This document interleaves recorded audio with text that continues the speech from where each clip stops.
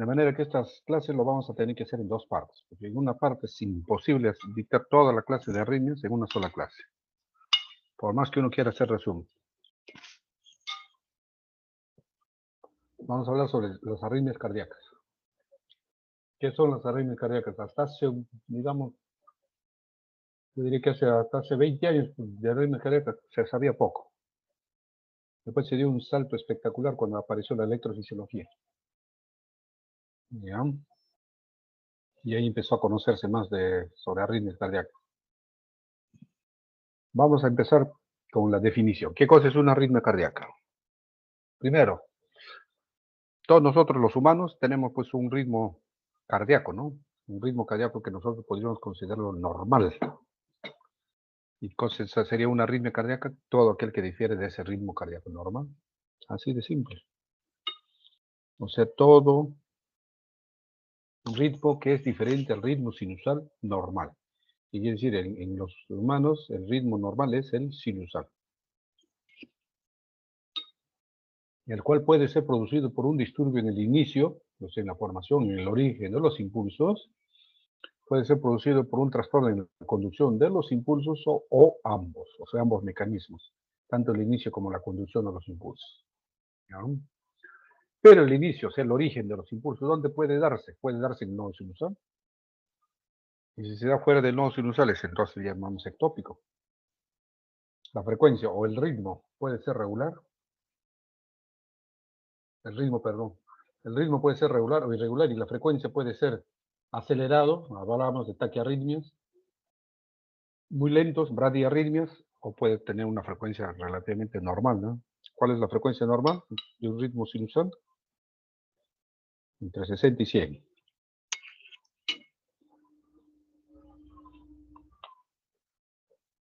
Cuando el ritmo sinusal es normal, ya lo dijimos en la clase de electrocardiografía, cuando el impulso nace en el nodo sinusal y de ahí desciende al nodo auriculoventricular y por ahí se distribuye por la rama derecha y por la rama izquierda hacia el ventrículo.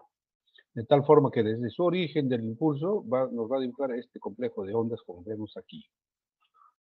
¿Y cómo saben qué es ritmo sinusal? Claro, si nace arriba, pues tiene que ir de arriba abajo. Pues esta derivación 2 es la que nos ve mejor eso, ¿no? Es la más perpendicular, ¿no? La más perpendicular. Entonces, en esta derivación 2 vemos que el electrodo positivo pues acá, ¿no? Entonces se está yendo de arriba abajo, o sea, se está acercando, se dirige hacia el electrodo positivo, entonces la onda tiene que ser positiva. Y va de derecha a izquierda, entonces en D1 tiene que ser positiva. Y de AVR que está aquí, AVR se aleja, entonces en AVR será negativo. Pero ya hemos dicho eso en la clase anterior, ¿no? Un PR constante, ¿no? Todas las ondas P deben ser 6 por S, claro, para decir que es normal, pues, no hay bloqueo, no hay nada, y la frecuencia entre 60 y 100. O sea, el número de veces que se despolariza la aurícula, perdón, el nodo sinusal, normalmente ya es entre 60 y 100. Muy bien, seguimos. ¿Cuáles son esos mecanismos? ¿Por qué se produce la arritmia? ¿Cómo se produce la arritmia? En la misma definición lo dice, generación anormal de los impulsos. ¿A qué se refiere? Al automatismo. Dijimos que las células estas tienen una propiedad que se llama el automatismo. La capacidad de estas células de generar su propio impulso, su propio estímulo. ¿No? Y una variante del automatismo podría ser la actividad desencadenada que después le voy a pasar a explicar a qué se refiere. El automatismo puede estar aumentado, por ejemplo, de manera normal. O puede estar aumentado de manera patológica, ¿no? Paranormal. ¿Ya? Entonces, si está aumentado, por ejemplo, tendremos un ataque arritmia, pues. Puede estar muy descendido también, ¿no? O sea, el automatismo puede estar muy deprimido, por ejemplo, de manera normal. Tendremos una bradiarritmia en ese caso, ¿no? Y la actividad desencadenada se refiere a postpotenciales precoces y postpotenciales tardíos. ¿Se recuerda usted del potencial de acción? Entonces, si tras ese potencial se generan potenciales precoces o potenciales tardíos, pueden ellos dar lugar a arritmia. Y cuando hablamos de una conducción, anormal que estaba en la definición, conducción anormal de los impulsos. Básicamente aquí lo que hablamos es de este que es el causante, ¿no? Que es la reentrada, un fenómeno o un mecanismo de reentrada. El mecanismo de reentrada.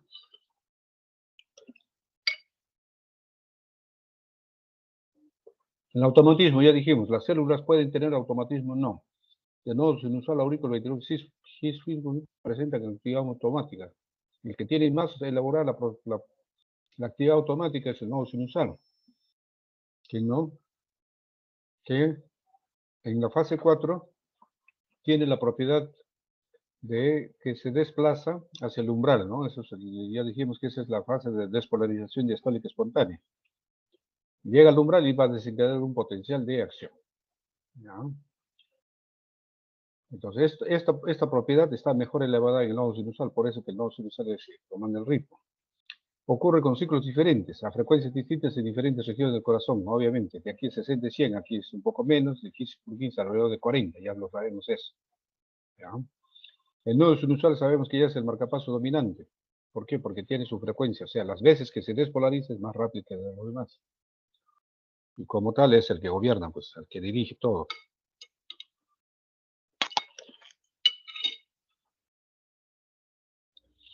El automatismo normal dice, puede ocurrir en corazones sanos, o sea, puede incrementarse en corazones sanos, y el automatismo normal ocurre generalmente en corazones enfermos.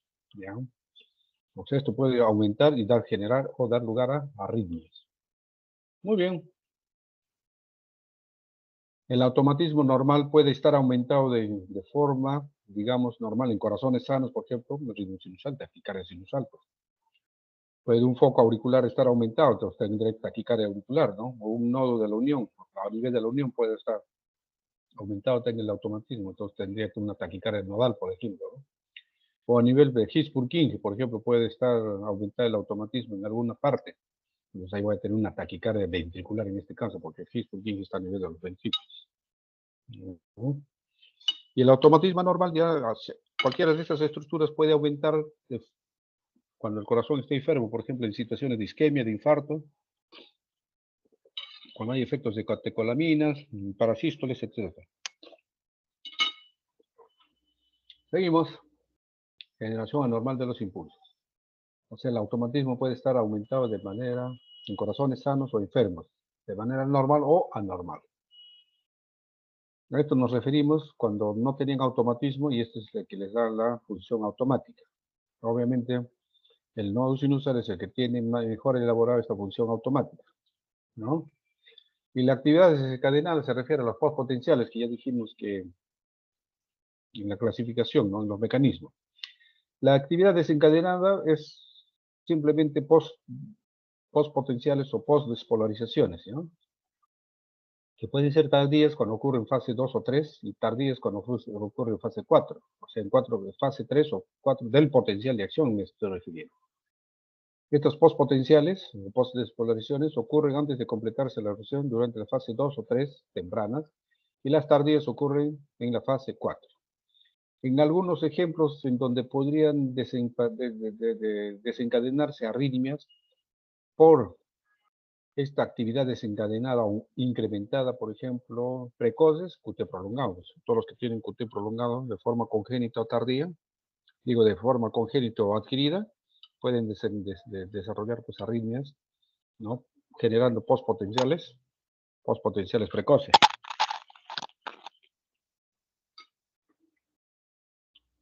En los tardíos, el ejemplo clásico de postpotencial tardío es el causado por la digital, ¿no? Cuando damos digital a un paciente, la digoxina, por ejemplo, podemos producir arritmias que se producen por este mecanismo, ¿no? Por generar.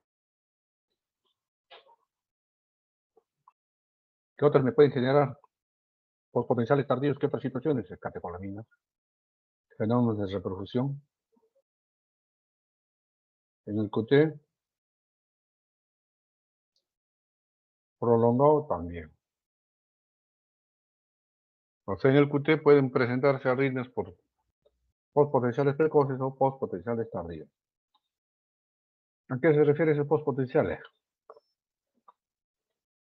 Algunos ejemplos: postpotenciales precoces o postpotenciales tardíos, bajos niveles de potasio, frecuencias lentas, toxicidad digitálica, ya dijimos ya, ¿no? Ya, los postpotenciales aquí, tardíos, ¿no? Perdón, precoces aquí, precoces.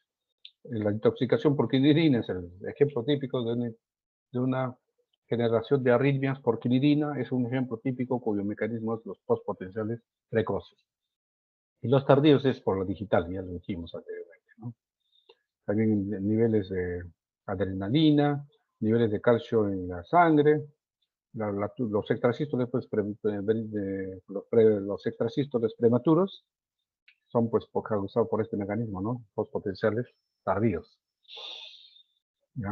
¿Y esto es el fenómeno, ¿no? O sea, aquí tenemos un potencial de acción y cuando se está repolarizando, nuevamente se produce una despolarización, por eso se llama postpotencial o postdespolarización. Si ocurre en fase 3, en este caso, es tardío, precoz, diré. Y si ocurre en fase 4, como en esta figura, entonces el mecanismo va a ser por potenciales tardíos. Si estos postpotenciales se repiten en forma repetitiva, vamos a tener un ataque arrítmico, por ejemplo, ¿no? Si estos postpotenciales aquí también se producen en forma repetitiva, entonces vamos a tener también un ataque arrítmico, por ejemplo, en este caso. ¿Ya?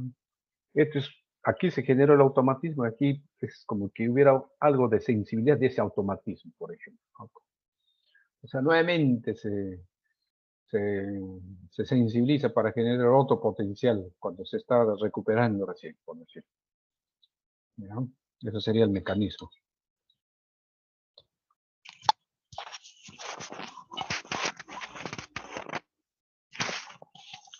Y el otro mecanismo electrofisiológico por lo que se produce una arritmia es el fenómeno de reentrada.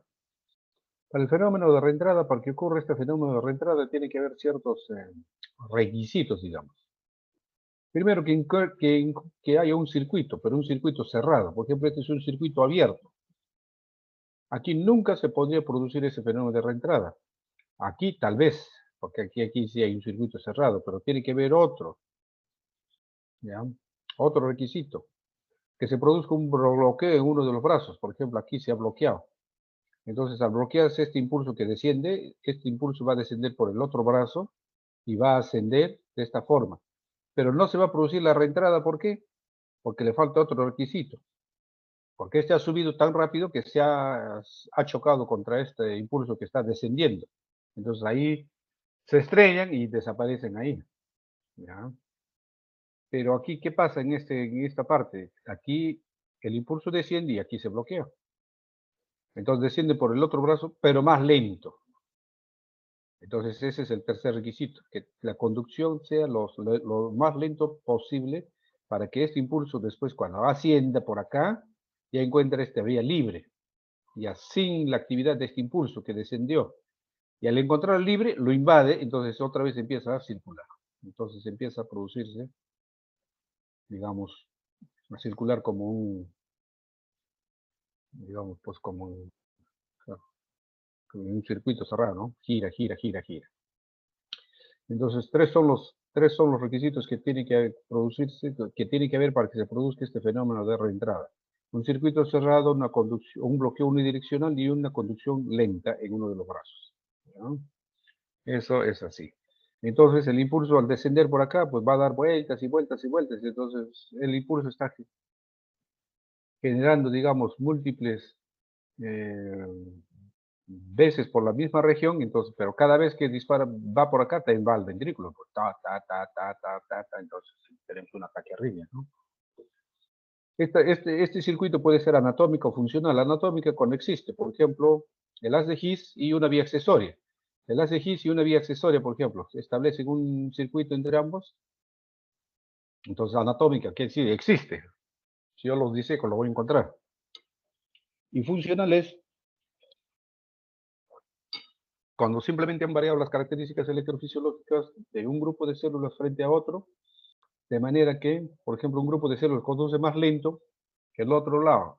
En el otro lado se produce un bloqueo, entonces se puede producir este mecanismo, ¿no?, de reentrada. ¿No? Pero en este caso funcional, porque si yo escarbo, las células van a ser semejantes, ¿no?, parecidas.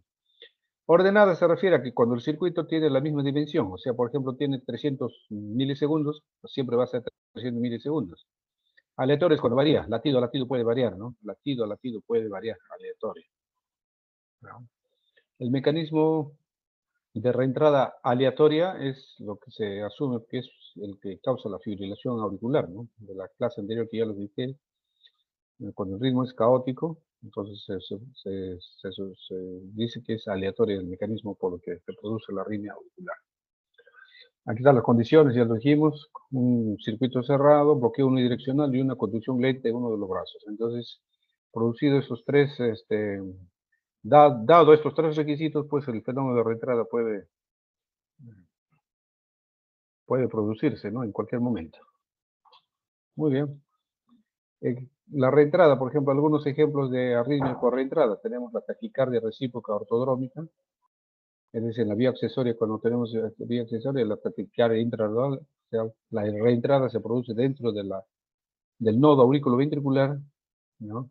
Taquicardia por reentrada entre ramas, o sea, rama derecha, rama izquierda, por ejemplo, puede producirse un fenómeno de reentrada, ¿no? O entre una de las semirramas izquierdas, por ejemplo, con la rama derecha, así, ¿no? Y taquicardia ventricular obviamente también puede producirse por un fenómeno de entrada, pues tenemos el infarto por acá y la zona viable alrededor. Entonces, entre la zona viable y la zona del perinfarto se puede producir pues una reentrada. Tenemos conducción lenta por la perinfarto y la conducción rápida por la zona viable, ¿no? Entonces ya estaríamos ya teniendo ahí un requisito, digamos, para que se produzca eso. El flúter auricular es otro ejemplo, ¿no?, de reentrada. Vamos a ver algunos ejemplos ahora con algunas figuras, con algunos trazados. Muy bien. Vamos a dividir a partir de aquí nuestras arritmias. Primero vamos a hacer una clasificación. Aquí debería de haber una clasificación, ¿ya? Una clasificación de las arritmias cardíacas en taquiarritmias y bradiarritmias. Creo que eso está más posterior. Pero en el caso de taquiarritmias, cuando es traquiarritmias, ¿cuál va a ser el cuadro clínico que va a presentar los pacientes? Los pacientes se van a quejar de palpitaciones, pues ese es el síntoma cardinal, ¿no? De ahí ya pueden devenir otras molestias como disnea, angina, síncopes, insuficiencia cardíaca, puede pues dar cuadros de insuficiencia cardíaca, colapso circulatorio, pulso arrítmico, ¿no? ¿Ya? Y ahora, ¿cuál es la etiología de las arritmias? Vamos a ver la etiología. ¿Cómo es que se producen las arritmias? Vamos a ver.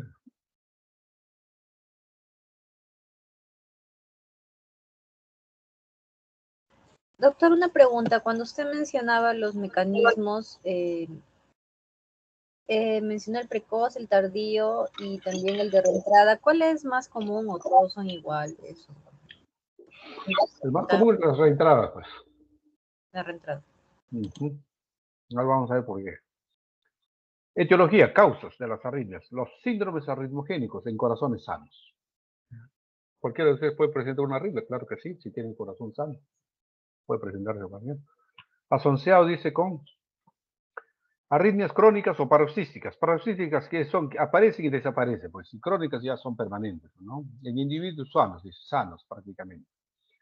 Tenemos, por ejemplo, el Wolff-Parkinson-White, taquicardia por entrar en el nodo, la fibrilación auricular aislada. ¿Ya? Tenemos en los síndromes congénitos del corazón está sano, ¿no? Ustedes lo ven, le toman, le hacen todos los exámenes y el corazón va a ser normal, ¿no? Taquicardia ventricular paroxística también hay, personas jóvenes sobre todo, ¿no? Trastornos de conducción también puede presentarse, ¿no? Como síndrome de ser enfermo, ¿no? Síndrome de Stock-Adams, ¿no? O sea, síndromes arritmogénicos se refiere a la aparición de estas arritmias en corazones sanos, digamos. ¿Ya? Pero también puede estar asociado a corazones enfermos, eso es lo más común. Infartos, cardiopatías isquémicas, cardiopatías hipertensivas, valvulares, cardiomiopatías, enfermedades congénitas, etcétera, etcétera. Entonces, como lo ven, todas las enfermedades cardiovasculares o cardíacas van a terminar en arritmias. Así que van a tener que llamar al electrofisiólogo de todas maneras.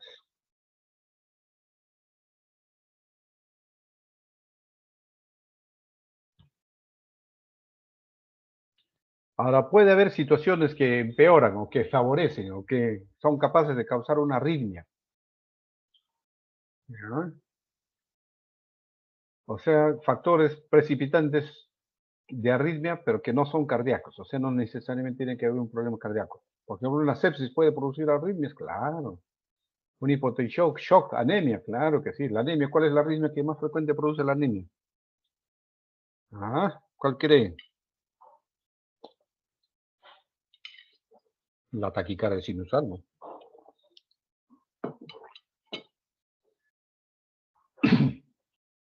Sobredosificación de algunos medicamentos, por ejemplo, ¿no?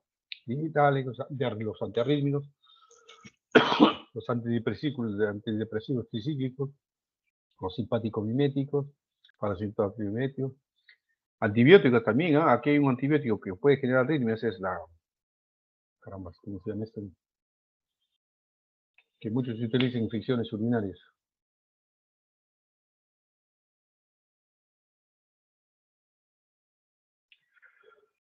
He visto algunos casos por esta antibiótico.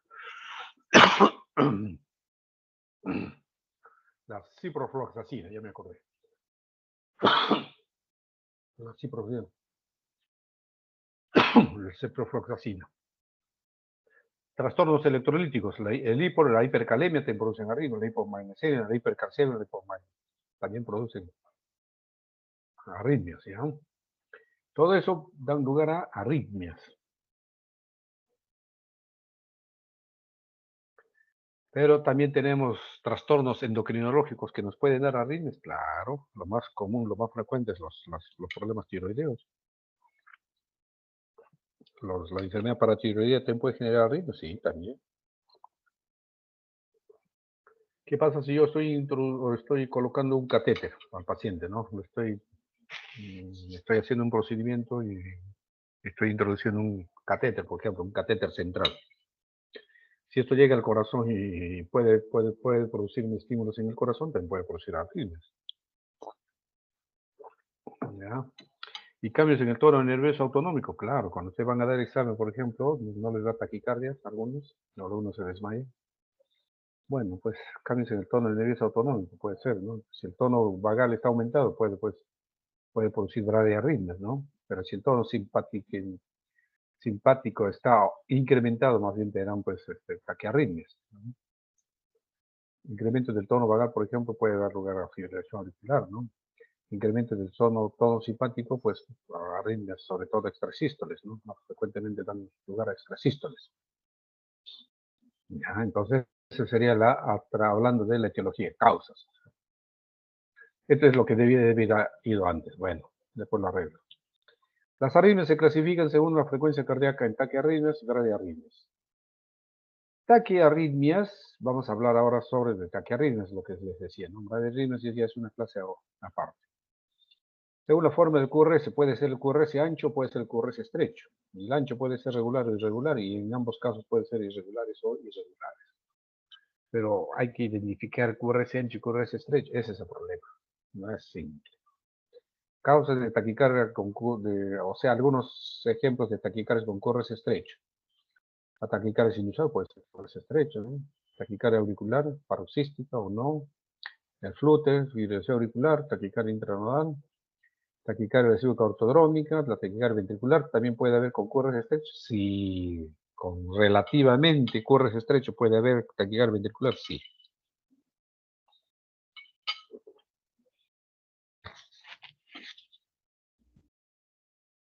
Y taquicardia con QRS ancho. ¿Cuándo puede haber taquicardia ancha? En todas las demás taquicardias, en todas las taquicardias que hemos visto anteriormente, ¿no?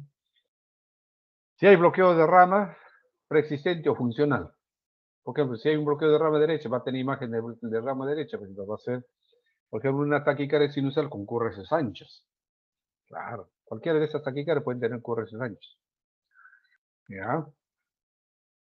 Aquí dijimos taquicardias supraventriculares, o sea, con bloqueo de rama, por ejemplo, preexistente, o sea que ya tiene un bloqueo de rama derecha, por ejemplo, o funcional.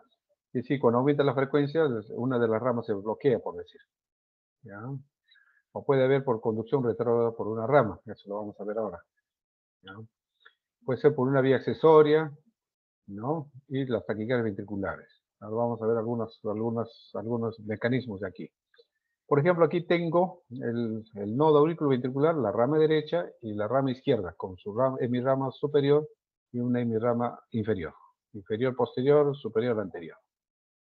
Por ejemplo, acá el impulso viene y acá se bloquea. Entonces, ¿qué imagen va a tener la taquicardia? Con una imagen de bloqueo de rama derecha. Aquí, por ejemplo, tengo una taquicardia recíproca ortodrómica, o sea, el impulso desciende por el eje, nodo auriculoventricular, y asciende por la vía accesoria. Aquí está la vía accesoria. Entonces se produce ese fenómeno de reentrada. Pero cada impulso tiene que bajar el ventrículo, pero si tengo un bloqueo de rama, entonces la taquicardia va a ser de complejos anchos. Si esos impulsos del nodo sinusal preferentemente se conducen por la vía accesoria, obviamente va a ser ancho. ¿Por qué? Porque la vía accesoria, pues, conduce el impulso del miocardio auricular al miocardio ventricular. Entonces, el miocardio, pues, es una estructura de conducción más lenta. Y por lo tanto, ¿qué va a pasar con los complejos? Si la conducción es más lenta, los complejos se van a ensanchar, pues lógico. Aquí se produce ya un fenómeno que se llama antidrómica. O sea, ortodrómica es así, antidrómica es lo contrario. Entonces el impulso desciende por la vía accesoria y asciende por el eje normal, o sea, el eje GIS, ¿ya? GIS, nodo auriculoventricular, y desciende por la vía accesoria. Entonces esto es taquicardia ortodrómica. Son de las taquicardias más anchas que se pueden ver esto, ¿ya? ¿Por qué? Porque conducen a miocardio, pues el miocardio es de conducción lenta, entonces por lo tanto los complejos se van a ensanchar. Aquí tengo un Mahaim, también puede producirme un poco de anchura, porque son de conducción más lenta, un Mahaim, y obviamente la taquicardia ventricular, pues, la taquicardia ventricular. Aquí, por ejemplo, se origina aquí la taquicardia ventricular. Muy bien. ¿Cómo se clasifican las taquiarritmias?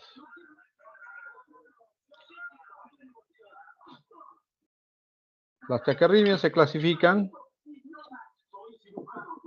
según su origen en supraventriculares, cuando se originan en las aurículas o en el nodo auriculoventricular.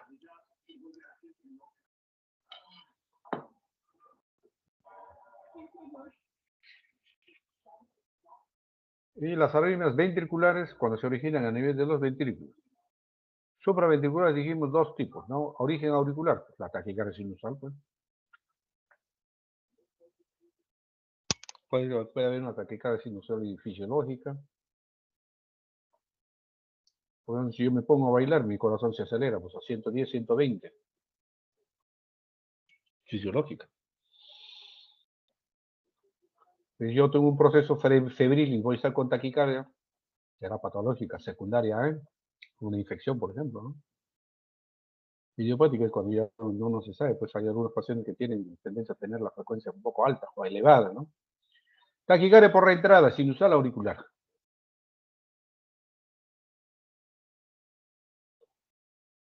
O sea, la reentrada puede darse también a nivel del nodo sinusal, ¿sí? Y a nivel auricular. La taquicardia auricular, o sea, ectópicas, o un poco ectópico auricular, puede generar taquicardia. El aleteo o flúter auricular, la fibrilación auricular, taquicardia auricular multifocal, o sea, múltiples focos en la aurícula, pueden estar produciendo sus potenciales que van a dar lugar a una taquiarritmia.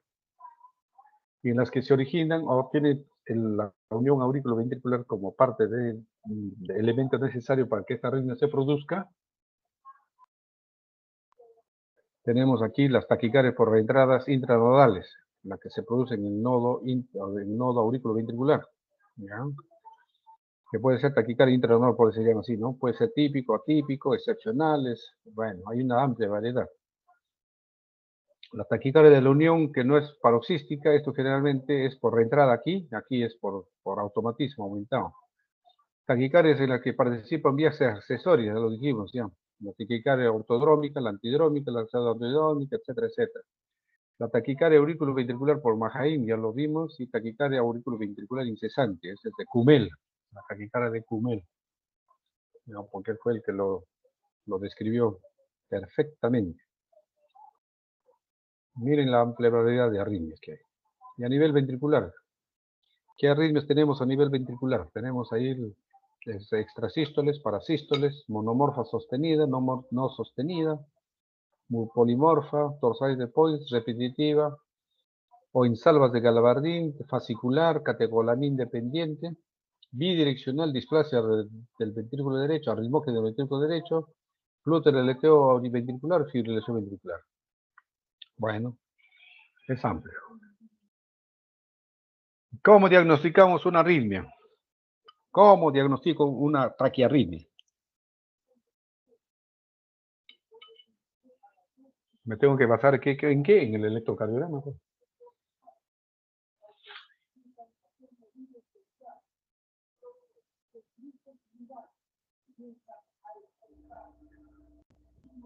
Entonces, yo veo mi electrocardiograma y lo primero que veo es cómo es mi QRS, si es ancho o estrecho. ¿Ya? Segundo, si hay ondas P o no hay ondas P. Y tercero, si hay ondas P, ¿cuál es la relación de esta ondas P con el complejo? Hay una relación, o sea, ¿está asociado o está disociado? ¿Ya? Muy bien. Primero, ver cómo es el complejo. Ancho o estrecho. Si ya veo ancho, ya nos digo, ya es una taquicardia de QRS ancho. ¿Hay ondas P o no hay ondas P? Bueno, ahí sí me pongo a delucir, ¿no? Y si hay ondas P, ¿cuál es la relación de estas ondas P con el complejo? ¿Están asociadas o disociadas? Si están disociadas, taquicardia ventricular es lo más probable, pues. ¿Ya? Entonces, lo primero que tengo que hacer es esto. Por eso les digo, hay que tener una secuencia. No es ver por ver, no es hacer las cosas por hacer. ¿Ya? Si es una taquicardia de QRS anchos, como ya les dije, entonces mi segunda parte sería, ¿es taquicardia ventricular o supraventricular? Entonces yo me pongo a ver, ¿es seguro o se trata de una taquicardia ventricular?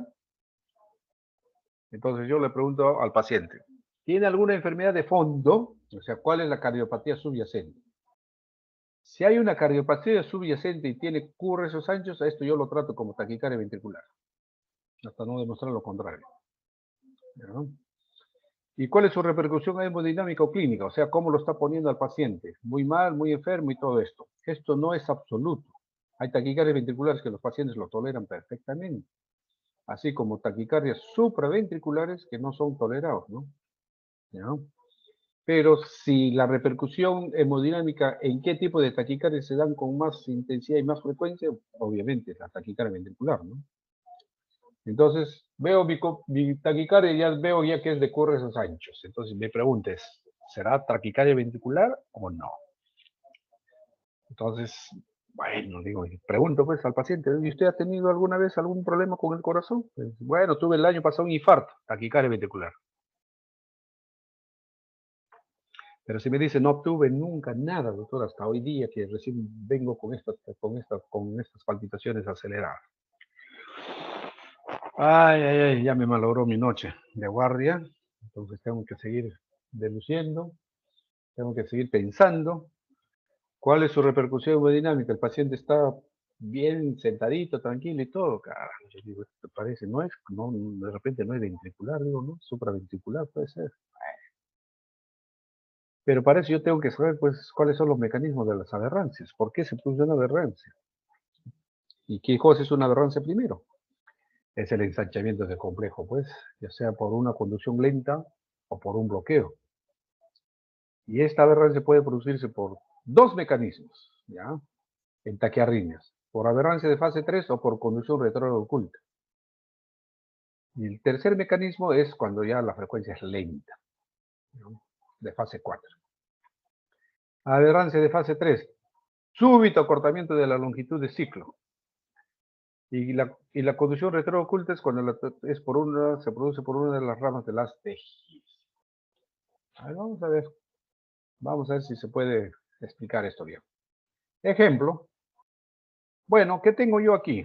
Tengo yo aquí un trazado, 1, 2, 3, V1, V2, V3. Bueno, a ver, voy a ver V1. Aquí tengo un complejo seguido de otro complejo, un complejo seguido de otro complejo, un complejo seguido de otro complejo, y este de acá seguido de otro complejo. Pero ¿qué me llama la atención? El complejo que me sigue es así, de esta forma, aquí es de esta forma, aquí es de esta otra forma, y aquí es de otra forma. ¿Y por qué varía de forma este extrasístole? Depende del acoplamiento. O sea, mientras este latido aparezca más próximo a este latido previo, más aberrado será, ¿ya? Como en este caso, aparece más precozmente, entonces sufre mayor aberrancia. Esto es aberrancia de fase 3. Porque si esto persiste, por ejemplo, entonces voy a tener una taquicardia pues, con complejos anchos, pero no por un, digamos, sino va a ser por aberrancia de fase 3, en este caso, una taquicardia supraventricular. Puede tener complejos anchos, ¿no? Este es el típico ejemplo de una aberrancia de fase 3. Aquí dice conducción retrooculta. Muy bien, vamos a tener que aquí sí hacer nuestro lapicito. Bueno, no soy hincha de lápiz, por si acaso. Ya. Aquí tengo P complejo y un extrasístole.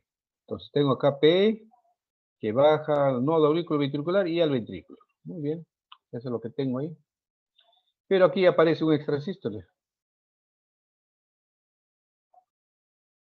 El segundo latido, este latido que viene sinusal, sí, viene sinusal, ahí lo vemos. Entonces viene de arriba, viene. Ya, pero, ¿qué pasó? Ah, ¿qué pasó?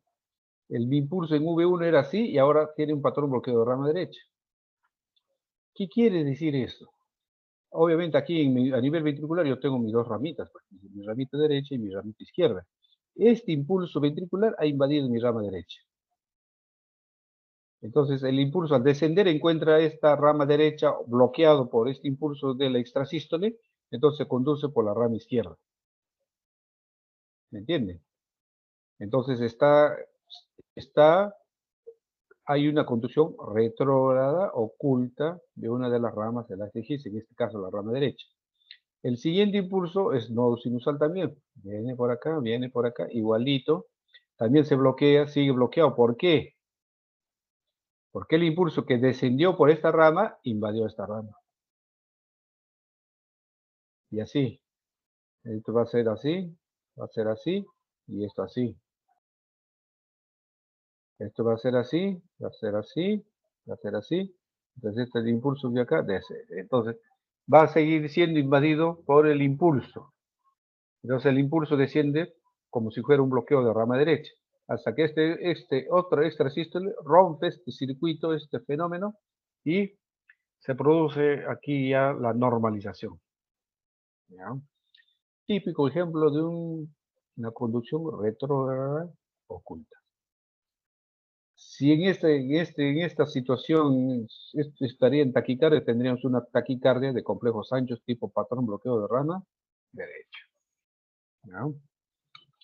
Este es el típico ejemplo de un bloqueo, digo, de una conducción retrooculta, una de las causas de taquiarritmias con QRC ancho.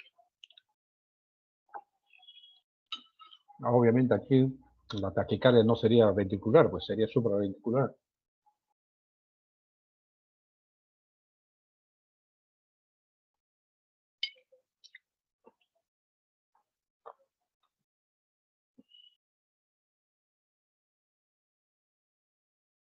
De tal forma que cuando yo analice, como he dictado en la secuencia con mi electrocardiograma, debería de estar capacitado para decir, según el electrocardiograma, si esto es una taquicardia ventricular o es una taquicardia supraventricular con aberrancia. Pero a esto le tengo que sumar mi examen físico. O sea, no crean que el examen físico no participa. Claro que sí. Mm.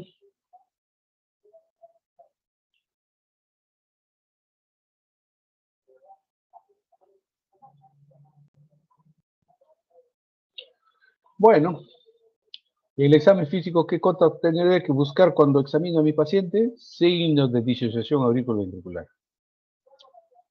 ¿Cuáles serán esos signos? ¡Ah, qué lindo! Ahí vienen las cosas. Ahí viene la cosa. Seguimos. Habrán, digamos, patrones, habrán signos, habrán, digamos, tips que en un trazado electrocardiográfico, cuando yo vea, analice, me diga que ya estamos frente a una taquicardia ventricular. Sí, por supuesto. Si hay latidos de fusión o latidos de captura y si hay disociación auriculoventricular. Si hay eso, entonces yo digo, esta es una taquicardia ventricular.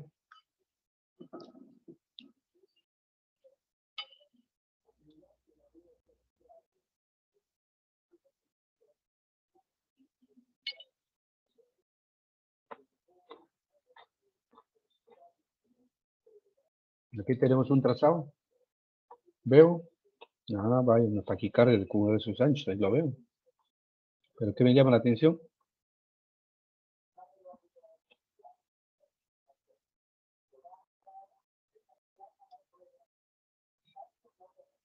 No sé cómo sacarme el puntero.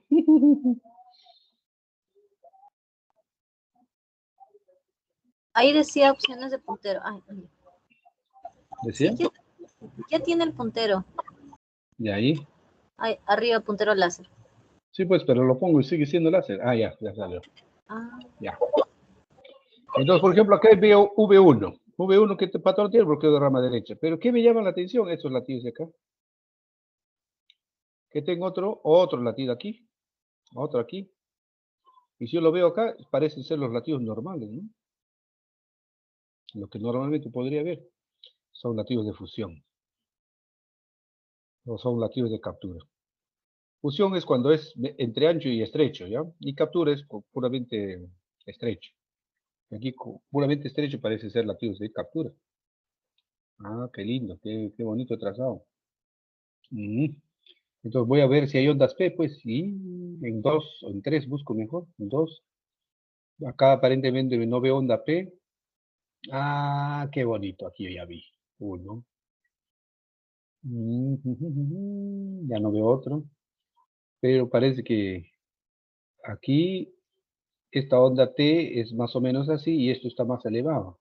¿Podría estar una P metida acá? Claro que sí, podría estar. En ese caso está asociado o disociado. Disociado, perfectamente disociado. Aquí solamente veo una onda P. Entonces, tengo disociación auriculoventricular y tengo latidos de fusión o de captura. ¿Esto qué será? Taquicardia ventricular. Obviamente. Ahí está, ver, latidos estrechos durante la taquicardia ventricular. El QRS anchos, la taquicardia ventricular. Y el mismo nombre lo dice, ¿no? Entonces, aquí he utilizado mis tips. Pero a veces no me bastan los tips. Yo le doy vueltas al trazado, al electrocardiograma. Lo pongo de cabeza, lo pongo de pie, lo pongo de lado y de costado y no doy. ¿Qué será? Viene la enfermera y te dice, esta es una taquicardia ventricular, te fregaste.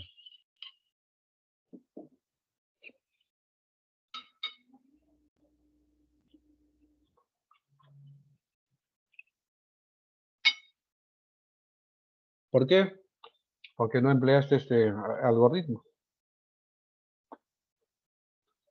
¿Y qué dice el algoritmo? Ausencia de R's precordiales. Si no hay R's precordiales, es taquicardia ventricular. 100%. Pero si hay presencia de R's, entonces hago mi segundo paso, intervalo del QRS, o sea, del inicio del complejo hasta el nadir de la onda S. Si es mayor de 100 milisegundos, taquicardia ventricular. Pero si no es así, buscaré signos de disociación auriculoventricular, por lo tanto tengo que buscar la onda P. Si hay signos de disociación auriculoventricular, taquicardia ventricular, pero si no encuentro signos de disociación, tengo que irme a los criterios o patrones morfológicos. Y si cumplen los patrones morfológicos, será taquicardia ventricular. Si no cumple, será supraventricular con aberrancia. ¿Y por qué es importante diferenciar taquicardia ventricular, supraventricular? El manejo, pues el tratamiento, no es lo mismo. ¿No? Por ejemplo, aquí, ¿qué tengo yo? Aquí tengo una taquicardia de complejos anchos, pero en V1 ¿qué tengo? ¿Tengo R acá? No tengo. ¿Tengo R aquí? No tengo. R aquí? No tengo. R en V4 tengo? No tengo. R en V5 no tengo. R en V6 no tengo. ¿Qué cosa será? Taquicardia ventricular. 100%. No hay ninguna taquicardia supraventricular que tenga patrón R ausentes en precordiales. Ninguna taquicardia supraventricular. Si se ve ese patrón de ausencia de R en precordiales, es taquicardia ventricular. 100%. Ahí no falla. Dice, qué sabio sería el que ya diga eso. Bueno, este es el patrón, el criterio morfológico, ¿no? Al final de lo que dijimos. V1, V6, patrón, bloqueo de rama derecha. Será bifásica, monofásica o bifásica con terminación y final o terminación inicial con ondas S profundas en V5, V6, es taquicardia ventricular. Pero si hay esto, R, S, R', ese es supraventricular. Para que exista este R', esto de acá, esta línea que desciende, tiene que pasar esta línea basal, como en este caso. ¿Ya? Tienen que pasar. Entonces, si hay este patrón, entonces es supraventricular con aberrancia por bloqueo de rama derecha. Y obviamente aquí la onda S pues no va a ser tan intensa ni tan profunda. ¿Ya? Es un criterio morfológico. Y cuando es patrón de bloqueo de rama izquierda, ¿qué vamos a tener? En V1, de repente la onda R inicial va a ser ancha, empastada, el descenso va a ser lento, como en este caso. De aquí se mide yo de aquí hasta aquí, más de 100 milisegundos, y aquí empieza con onda Q, con una pequeña onda Q, V5, V6. Taquicardia ventricular, patrón, bloqueo de rama izquierda. Pero si esto es estrecho, el descenso es abrupto, es como un cuchillo, como dicen, ¿no? Y aquí no hay Q, aberrancia por bloqueo de rama izquierda. ¿No? Aberrancia por bloqueo de rama izquierda. Ejemplos, aquí tenemos un ejemplo. Por ejemplo, acá tengo el electrocardiograma basal y aquí tengo el electrocardiograma con QRSos anchos, ¿sí? Están anchos. No tan anchos de repente, ¿no? Patrón, bloqueo de rama derecha. Acá tiene una R primero, una RSR. Aquí la onda S es profunda, no. En V5, V6, la onda S no es profunda. No es tan profunda. Una nada más. Razones de la repolarización, tal vez por isquemia, puede ser, ¿no? Bueno. Esta es una taquicardia supraventricular con un patrón bloqueo de rama derecha. Aquí, patrón bloqueo de rama derecha también, son monofásicas, como ven ustedes. Y aquí las ondas S son más profundas. Acá la R es ridícula, aquí la R también es ridícula, pura S, prácticamente. Este es taquicardia ventricular, patrón bloqueo de rama derecha. Taquicardia ventricular. Aquí tenemos, miren, V1. La R inicial es ridícula, ¿no hay? El descenso es abrupto. O sea, baja y sube casi rapidito. Aquí no veo Q. En V5, V6 no empieza con Q. Es una taquicardia bien rápida, como ustedes lo ven, ¿no? Recontra rápido. Llega la emergencia, lo cardiovertimos y sale su ritmo así, normal. Bueno. Esta es una taquicardia, patrón bloqueo de rama izquierda, pero es una taquicardia supraventricular. ¿Ya? O sea, no es ventricular. Aquí lo contrario. Ustedes ven acá V1, en V1, por ejemplo, la onda R inicial, mira, ve ancho, el descenso está lento. Si yo mido de aquí hasta aquí, más de 100 milisegundos. ¿No? Y aquí en V5 tiene Q, claro, aquí tiene su Q. V6 tiene Q, claro que tiene su Q aquí. Taquicardia ventricular por patrón bloqueo de rama izquierda. Muy bien. Y en mi examen físico, cuando yo voy a examinar al paciente, ¿qué cosa voy a escuchar? Variación del primer ruido cardíaco, pues. Fácil. Yo le escucho al paciente, si el primer ruido cardíaco varía de tono, tum, tum, tum, tum, tum, más fuerte, más despacio, más suave, más amortiguado. Disociado está este hombre, disociado. Ondas hay en cañón irregulares en el pulso venoso yugular. O sea, si yo me pongo a ver el pulso venoso, de pronto, sin curjita, cada cierto rato, pero sin ningún patrón, sin ningún ritmo, sin ninguna secuencia, ondas hay en cañón irregulares, está disociado. ¿Qué quiere decir? Que la aurícula y el ventrículo están funcionando cada uno por su cuenta. Y el volumen inyectivo en ese caso también será igual o será diferente en cada volumen de latido. En cada volumen de latido será diferente y por lo tanto la presión arterial sistólica también variará latido a latido. Yo encuentro esto en mi examen físico al paciente, digo, este paciente tiene taquicardia ventricular con este electrocardiograma. ¿Por qué? Porque está disociado. tiene disociación auriculoventricular desde el punto de vista clínico.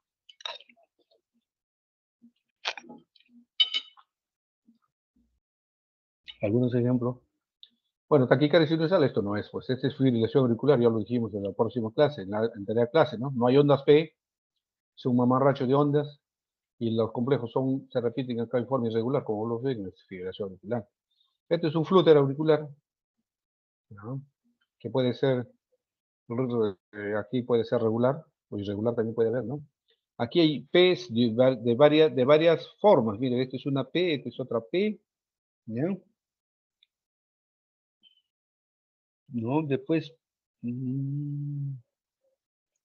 bueno, no estoy tan seguro, ¿no? Porque si hay ondas P que difieren de forma, entonces estaríamos hablando de una taquicardia auricular multifocal. Pero si estas P todos son similares, aquí más me parecen similares entre todos, entonces sería simplemente una taquicardia auricular ectópica, ¿no? Taquicardia auricular ectópica, ¿no? Pero si estas P variaran de forma, serían, pues, multifocales, ¿no? Por si acaso. Y aquí la onda P no se ve por ningún lado, ¿ya? No se ve por ningún lado. Este es típico ejemplo de una taquicardia intranormal, por reentrada, ¿no? Taquicardia por reentrada, ¿no? Hay taquicardias de la unión también, claro. Aquí, por ejemplo, se ha puesto lento, ¿no? Después se acelera, pero ¿cuál es la característica de la taquicardia de la unión? Que no hay ondas P, pues, no hay ondas P. Y el ritmo no es tan rápido tampoco, ¿por qué? Porque el de la unión, pues, su capacidad de despolarizarse está un poco menos, ¿no? ¿Ya? Por ejemplo, aquí tengo un World Parkinson Wave, ven ustedes la onda delta por acá, ¿ya? Está conduciéndose por la vía delta. Y de un momento a otro hace una taquicardia, pero sin onda delta, ¿ya? Esta no es una taquicardia mediada por vía accesoria, ¿ya? No es taquicardia recíproca autodrómica, por si acaso, es sinusal, ustedes lo ven acá. Complejo, P, complejo, P, complejo, P, complejo, P, complejo, P, complejo. Entonces es una taquicardia sinusal, que no se está siendo conducido, que no está siendo conducido por la vía accesoria, simplemente. ¿Por qué no se conducirá? De repente con esta frecuencia pues le dan al refractario de la vía accesoria, entonces no puede pasar por ahí ningún impulso. Y por lo tanto no me va a producir esta onda delta, pues la conducción de la aurícula al ventrículo por la vía accesoria es el que me produce pues esta figura, ¿no? La onda delta, ¿no? Aquí tengo algunos extrasístoles, por ejemplo, en el primer trazado, extrasístoles de complejos anchos son ventriculares, obviamente, ¿ya? Pero todos son de la misma forma, entonces unifocal. Aquí hay complejo ancho, complejo ancho, complejo ancho, que difieren, ¿no? De morfología. Entonces aquí decimos multifocal, ¿no? Aquí se presenta el latido normal, complejo, latido normal, complejo, latido normal, complejo, latido normal, complejo. Está vigiminando. Esto, por ejemplo, ha sufrido una mayor aberrancia, como ven ustedes, ¿no? ¿Por qué? Porque se ha acercado más a este latido, ¿ya? Se ha acercado más a este latido. ¿Este será una taquicardia ventricular o no? Claro que es una taquicardia ventricular. Primero, complejos anchos. Segundo, hay ondas P por acá, completamente disociados. Acá hay onda P. Por acá también parece que hubiera onda P. ¿Y qué más veo? Este latido de ahí, este es un latido de fusión. Está entre ancho y no ancho. Este es un latido de captura, pues. Un latido de captura. Taquicardia ventricular acá. Torsades de points. Torsades de points. Un flútero auricular. Perdón, un flúter ventricular, en este caso. Y una fibrilación ventricular. Aquí tienen que ustedes estar dando reanimación cardiopulmonar, ¿no? En esta situación, ¿no? Muy bien. Hasta aquí la primera parte. ¿Algún comentario? ¿Algún ejemplo? ¿Algo se les ha quedado en la cabeza o se han quedado dormidos?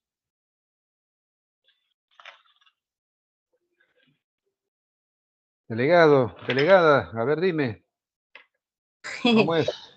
No, no están despiertos, doctor. Doctor, mencionó, me parece que, no sé si mencionó hay masaje de seno carotídeo, se utiliza como algún tipo de tratamiento o algo así. ¿O cómo es que se produce el tratamiento? Porque como son variados, Entonces, mencionó, me dijiste que mencionó, yo no mencioné en ningún momento. No, es que en algún momento, no me acuerdo bien la palabra que utilizó.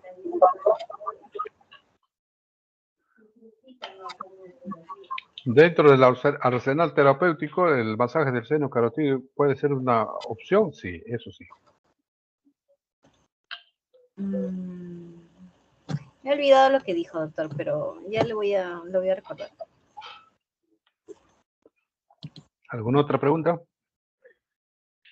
Como decía yo, se van a olvidar de la clase en 5 minutos.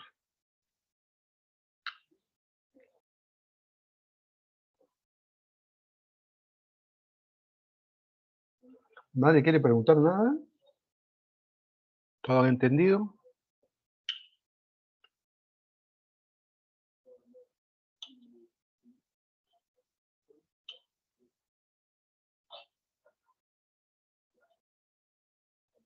Ah,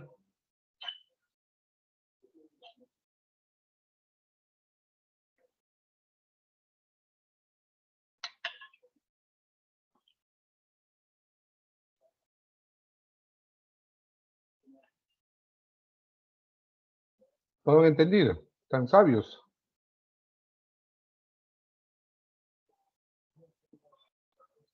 Muy bien.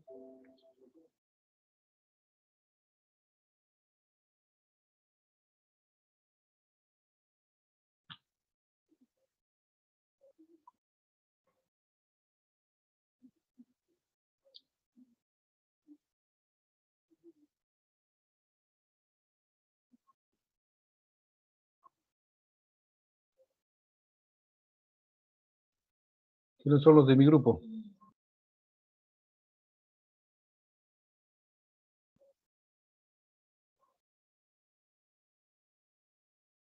Doctor, ¿ahí va a terminar la clase o la siguiente parte la va a continuar ahora?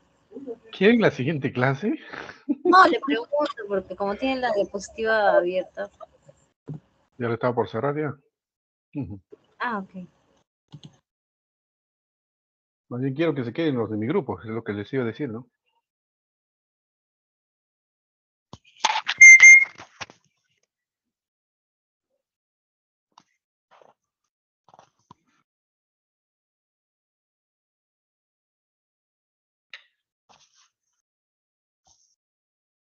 Antes de que se vayan, voy a bajar la asistencia, ¿ya? Un ratito. Está bien, doctor.